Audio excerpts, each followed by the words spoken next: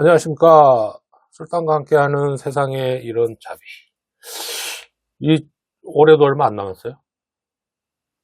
게스트한테 하는 말입니다. 안녕하세요. 네, 올해 얼마 안 남았습니다. 네. 본인 소개 부탁드리겠습니다. 안녕하세요. 네. 마포 공동체 라디오에서는 종종 홍대에서 있었던 축제나 저희 문화행사로 소개로 자주 왔던 김혜란이라고 합니다. 마포 공연이나 뭐 이런 거를 그러면은 거기서 어떤 일을 하시는 거예요? 저는 기획도 하고 기획. 거의 20년이 되지만 현장도 아직도 뛰고 있습니다. 그러면은 관에서 하는 공연뿐만 아니라 뭐 단체, 뭐 회사 뭐 다. 네, 다 하고 있습니다. 뭐 최근에 하신 거 있으시면? 저희 최근에는 요즘 홍대가 레드로드라는 공간으로 많이 바뀌다 보니까 레드로드라고 이제 공간 전체적인 공간 중에 상상마당 아래쪽에 갤러리가 있어요. 거기에 이제 전시 오프닝을 했습니다. 전시요? 네. 어떤 전시 하신 거죠? 지금 새롭게 뭐 미술 쪽으로도 요즘 붐이 많긴 한데 학교에서 신진 작가로 많이 활동을 해서 갤러리 전시나 이런 걸 하지 못한 작가들 대상으로 모집을 해서 그 작가들을 야외 갤러리에서 전시할 수 있는 기회와 또 지원금도 조금 드릴 수 있는 그런 프로그램을 저희가 진행을 했습니다.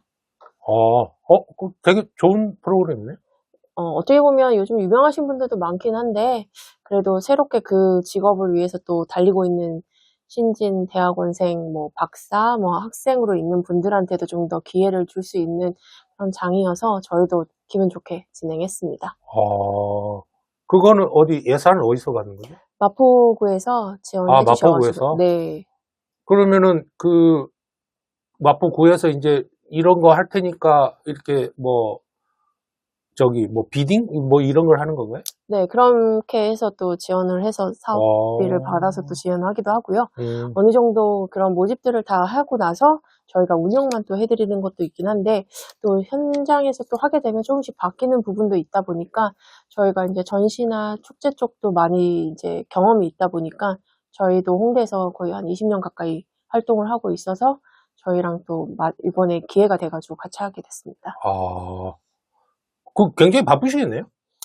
저희가 상반기에 저희가 작년에 법인으로 해서 1인 사업자를 내서 사실 그전에는 단체에 소속돼 있다가 따로 이제 저희끼리 해보자 해서 나왔기 때문에 아직까지 사업에 있어서는 그때그때 계절에 따라 다른 것 같습니다. 그래서 아직까지 현장에 뛰고 있는 것 같아요. 그렇게 하시면은 이제 벌이도 괜찮나요? 좋아서 하는 일이라. 여기서 같이 웃으면 안 되는데? 네. 좋을 때도 있고. 네, 힘들 때도 있지만 좋은 게 일이어도 이 일을 하게 되는 것 같아요. 네. 그러시군요. 원래 그러면은 대학 때 공부도 이런 쪽으로 하신 건가요? 저는 사진을 전공했거든요. 사진. 시골 부모님이 정말 소 팔고 돼지 팔아서 카메라를 사주셔서. 네. 대학 가라고요? 예. 대학 갈 때 그래도 너가 하고 싶은 거 해라. 그래서 그때부터 제가 좋아했던 일을 했던 것 같아요. 공부는 사실 지금 와서 공부를 하는 거가 더 크고요.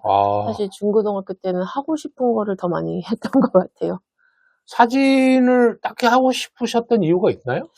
그때는 인터넷이나 그때라고 할 때가 지금으로부터 한 25년 전이죠. 25, 6년 전에는 사실 디지털이라는 게 많지도 않았고 컴퓨터 한 대를 진짜 학교 끝날 때 선물로 받은 그런 걸로도 컸기 때문에 카메라로 사람들 모습을 담는 게 너무 행복했어요.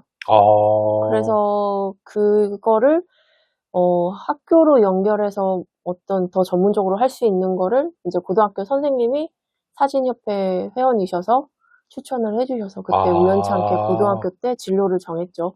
운이 좋았어요, 저희도. 선생님 영향이 있었네요. 네, 그래서 뭐 할지 다들 고민하잖아요. 뭐 고등학교 때 입시 준비하게 되면 다들 앉아서 공부하는데 이상하게 저는 어릴 때부터 많이 밖에서 뛰어놀고 하는 걸 좋아했고 시골에서는 사실 뭐 스포츠라고 해서 뭔가 여가 활동으로 입시 준비할 수 있는 것도 쉽지 않았고 그러다 보니까 사진협회 회원이신 선생님이 그러면 사진 해보는 건 어떠냐.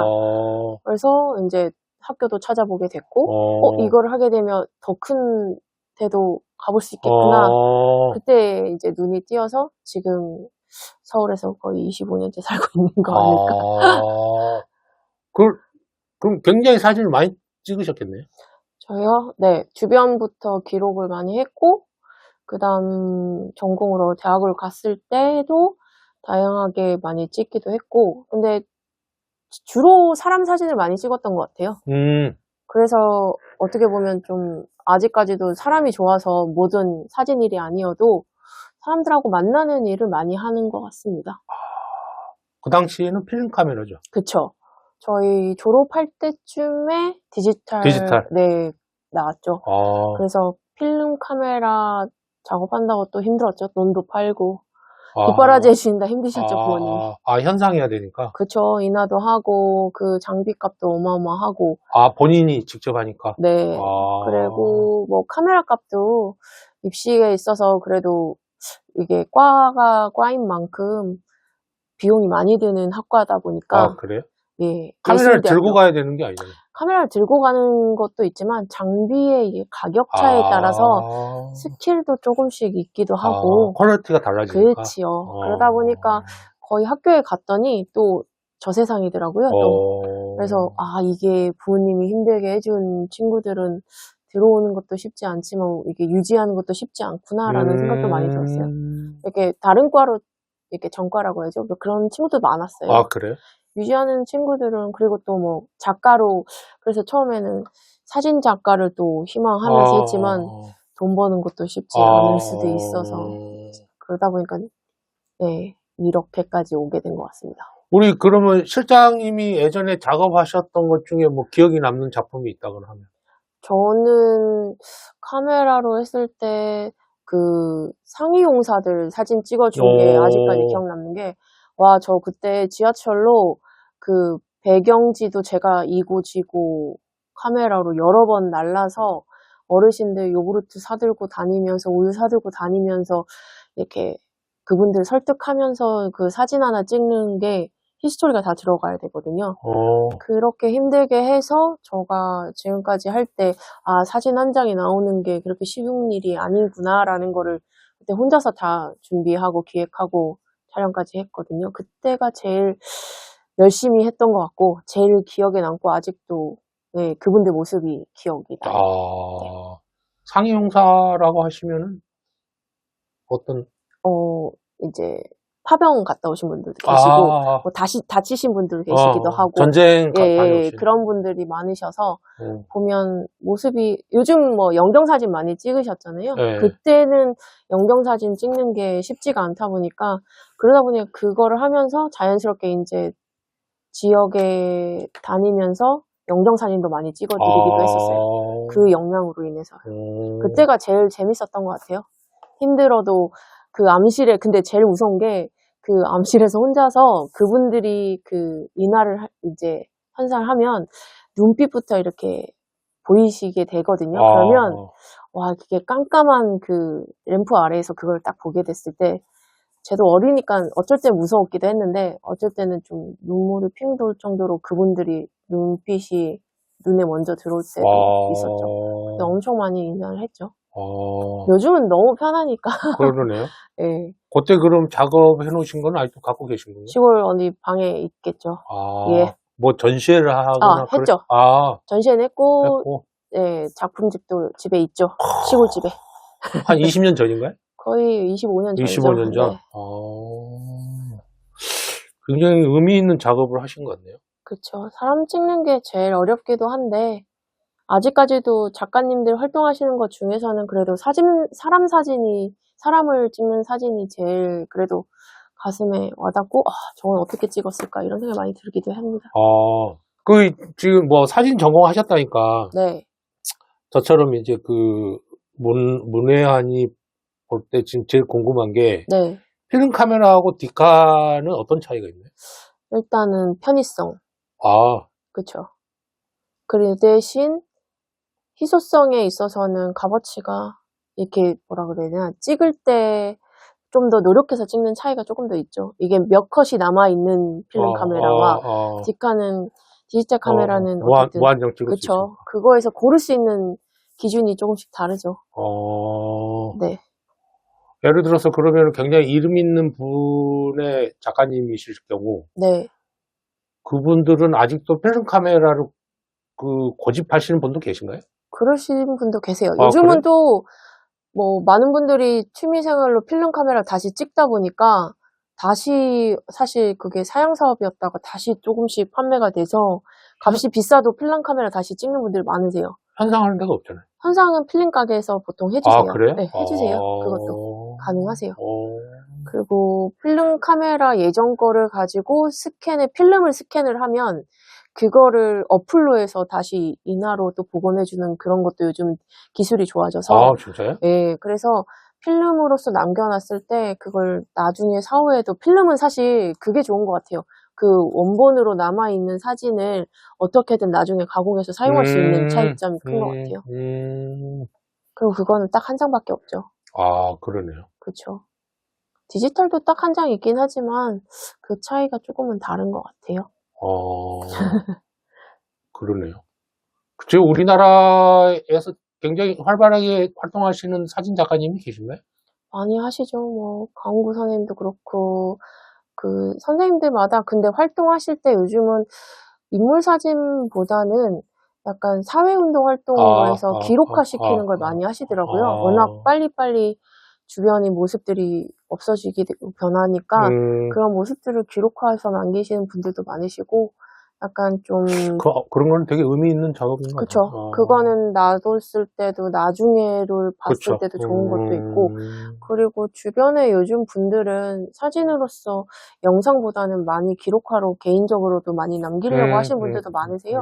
그래서 그렇다기 어떻게 보면 영상에서는 목소리나 움직임이 많이 있어서 더 현실감 있고 좋긴 한데 사진을 보면 좀 그거에 대해서 생각하는 게 좀 더 많이 생기는 것 같아요. 지금은 이제 핸드폰으로 찍으시죠? 그쵸. 요즘 너무 잘 나와서 그 기술을 실장님만. 네. 다른가요? 네. 다르긴 뭐. 아니. 다른 사람들이 봤을 때, 역시 사진 전공하신 분이다. 약간 이런 느낌? 그래도 학교에서 배운 게 좀 있으니까, 구도 접는 거나, 어쨌든 기술 편집하는 거에 있어서는 배운 거를 좀 많이 써먹기는 하죠. 사실 이 사진은 제가 볼 때 핸드폰은 사진 때문에 이제 더 발달된 것 같긴 한데, 네. 오늘 들으시는 분들을 위해서, 네. 핸드폰으로 사진 잘 찍는 뭐 팁 몇 가지만 알려주십시오. 일단 사람을 찍을 때는 앉아서 찍으시는 게 좋고요. 화각으로 늘리는 것보다. 찍는 사람이? 그쵸.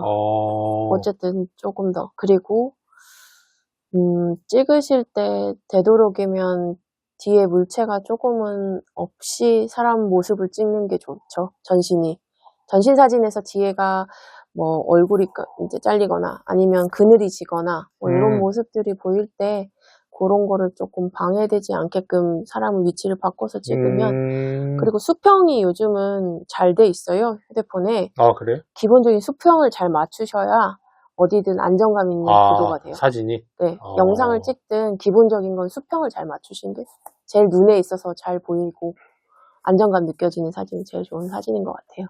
인물 사진이 아니면? 인물 사진 아니시더라도 어쨌든 건물 사진이든 풍경 사진 찍으실 때 그 수평을 기본적으로 맞추시면서 그 다음에 전체 사진 컷을 찍고 부분을 나중에 편집해서 쓰시면 좋으니까 처음부터 이렇게 줌이라고 해야 되죠. 클로즈업해서 사진 찍는 것보다는 전체 사진을 그리고 가로로 꼭 보통 프레임은 가로가 기본으로 찍으시면 두루두루 활용해서 쓰시기 좋습니다. 나중에 뭐 본인들 뭐 환갑잔치나 칠순잔치 이럴 때도 하면 그리고 또 요즘은 이렇게 이미지를 이렇게 따준다고 해야 되죠. 이렇게 이미지를 또 캡처해 주시는 그런 기능들도 있으니까 포토샵을 따로 쓰지 않아도 기본 어느 정도 사용이 되면 휴대폰에서 웬만한 편집은 다 돼서 네, 기본 사진만 잘 찍으시면 편집하기는 활용도가 좋습니다. 보통 이제 아이폰 쓰시는 분들이 사진이 훨씬 잘 나온다고 하는데 그거는 팩트입니까? 그거는 찍는 사람에 따라 다른 것 다른 것 같습니다. 같고? 갤럭시로서도 잘 나오는 카메라도 그래요? 있습니다. 네. 알겠습니다. 우리 그러면 실장님은 이제 사진 전공을 하고 네. 지금 이 일로는 어떻게 합류하시게 된 거예요? 저 밥벌이 하려고 네. 큰 축제 행사에 오랫동안 6개월 동안 하는 인턴으로 들어갔어요. 4학년 때. 그래서 거기서 기획팀 인턴으로 들어가면서 오히려 작가로 들어가는 게 아니라 그때 처음으로 기획자로 이렇게 일할 수 있는 인턴 일을 했는데 오히려 그런 눈을 볼 수 있는 기회도 있었고 텍스트화 시키는 거를 처음 배우게 됐어요. 어쨌든 글 쓰는 게 제일 어려운데 제 작품을 표현할 때 어떻게 기획을 해서 어떻게 보여줄지에 대해서 배워야 되는데 그런 거를 사실 인턴 때 처음 배운 게 된 것 같아요. 그러고 나서 졸업하자마자 네 처음으로 갔던 게 이제 프린지 페스티벌 홍대. 네. 거기 이제 행사 기획하는. 네, 네, 그 팀으로 들어가서 저도 처음 일을 시작했죠. 그때도 재밌었죠. 그때 홍대는 너무 재밌었던 홍대였죠. 그때. 근데 그게 이제 지금 뭐 재밌었다고 말하시지만 거의 그냥 몸으로 네. 일하는 적이 아닌가요? 그때 정말 다양하게 극장들도 많았고 그때 프린지 페스티벌도 만만치 않은 진짜 몸으로 뛰어야 되는 행사였고 거의 보름씩 넘게 하는 행사였고 공간들도 정말 많았기 때문에 그 사이트를 다 다니는 것도 쉽지 않았거든요. 그래도 다 사업들을 했던 것들이 다 즐거웠고 사실 그때 같이 했던 사람들이 지금까지도 만나기도 하는데 그분들이 그때 저 꼬맹이로 이제 봤던 분들이 이제 저도 이제 어느 정도 이 자리에 남아 있는 걸 보고는 그래도 남아 있는 게 대단하다. 함께 할 수 있고 그리고 또 서로 또 도울 수도 있고 서로 또 사업에 있어서도 도움을 주기도 하니까 그때 다 했던 일들이 다 즐거웠던 것 같아요. 네. 원래 좀 본인이랑 좀 잘 맞는 업이네요, 그렇죠?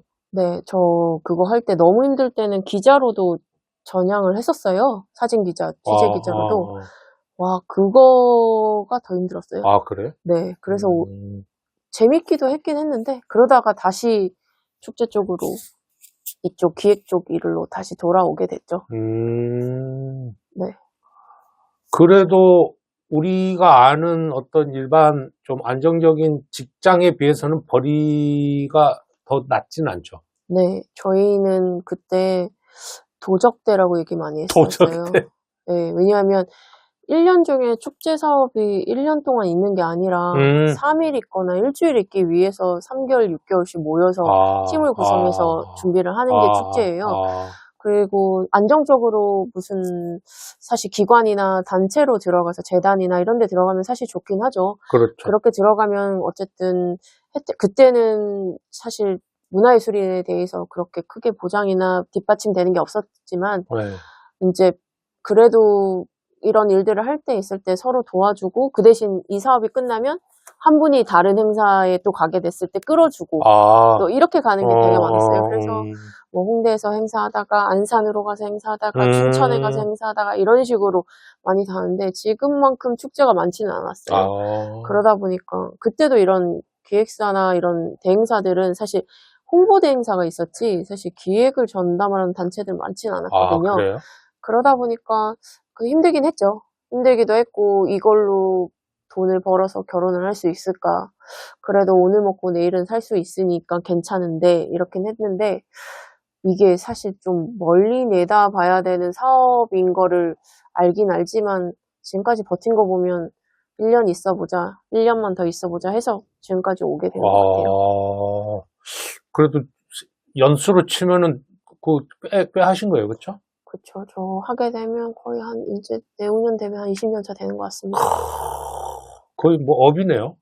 거의 뭐. 앞으로도 이 일이 있긴 한데 현장에 뛰는 거는 조금씩 줄여야 아마 더 길게 할 수 있을 것 같아서 네. 그래도 돈을 벌 수 있는 데서는 좀 벌고 좀 나눌 수 있고 좀 더 할 수 있는 데는 좀 나누고 이런 거를 플러스 마이너스를 하는 직업으로 눈을 좀 키우는 걸 조금씩 하고 있어요. 그렇게 하지 않으면 이 일도 오래 할 수 없는 일이기 때문에 그래서 요즘은 문화예술학과가 많이 생겼잖아요. 경영학과 이런 식으로. 그래서 뭐 석사나 박사하는 친구들이 많은데 그런 친구들이 인턴으로 많이 오게 되면 이런 얘기를 많이 해주기도 해요.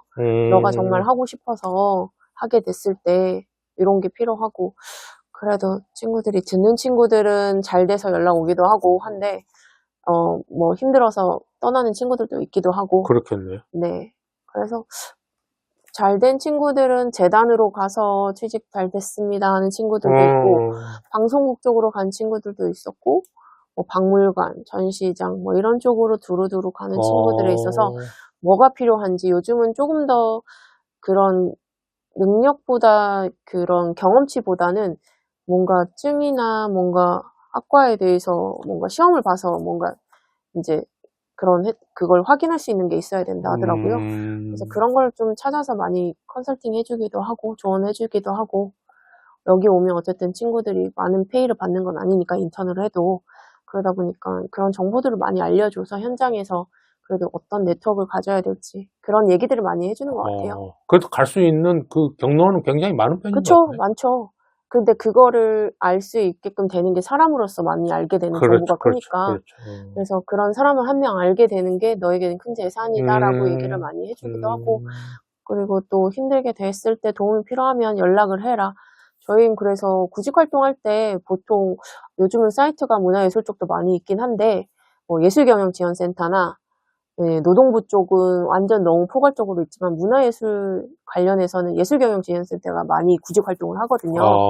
그렇게 되면 그쪽에서도 사실 검증이 있긴 하지만 그래도 또 지인분들한테 한 번 더 확인해서 이 사람이 괜찮은지 워낙 페이퍼로서도 괜찮은 친구들이 있긴 하지만 현장에서 또 그게 안 맞는 친구들도 있단 말이에요. 그렇죠. 그러다 보니까 인턴제가 많기도 하고 소개로도 해서 또 그렇게 해서 또 면접을 보고 또 가는 친구들도 있기 때문에 요즘은 사이트들 정보 찾는 거랑 사람들 귀한 게 좀 많이 큰 것 같아요. 서울에 워낙 재단들이 많아져서 요즘은 사람들 지키는 것도 필요하고 그 안에서 인력 구성원들이 어떻게 구성되는 거에 따라서 요즘은 지자체에서 많이 운영되는 게 많다 보니까 정치적으로 또 그런 선거나 어떤 그런 나라나 이렇게 전체적인 세계 동향들에 따라서 많이 사업비가 내려오는 거에 따라서 그런 행사들이 또 진행되고 없어지기도 하니까 그런 거를 볼 수 있는 시각들이 두루두루 있어야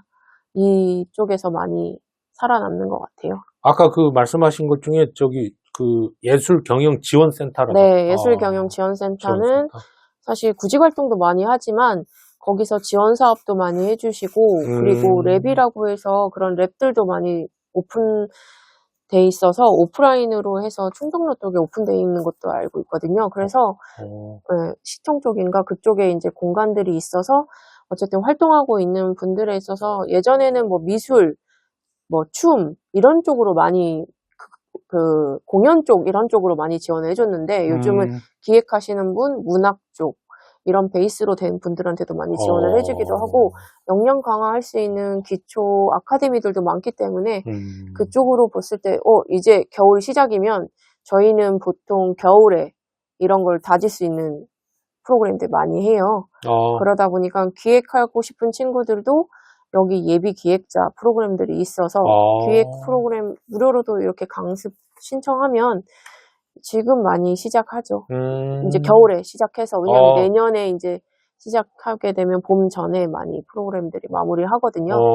그래서 보통은 지금 많이 하시는 경우가 거기에 보면 뭐 세무, 회계 뭐 이런 부분도 있고 뭐 저작권 부분 이런 것도 해결할 수 있는 그런 수업들도 하고 그래서 두루두루 그거에 따라서 학과도 학교마다 조금씩 반영이 돼요.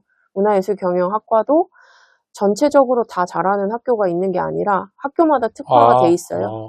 그래서 뭐 회계 같은 경우는 그러니까 학교 과들이 조금씩 있는데 그런 것도 좀 보게 된다 그랬을 때 내가 어디가 조금 더 전문화 시킬 수 있는지 저도 그래서 지금 고민하고 있는 게 이제 대학원이나 박사를 준비하고 있는데 나는 현직에서 많이 움직였지만 내가 조금 더 모자란 것을 부족한 부분은 어디서 좀 충족할 수 있을까?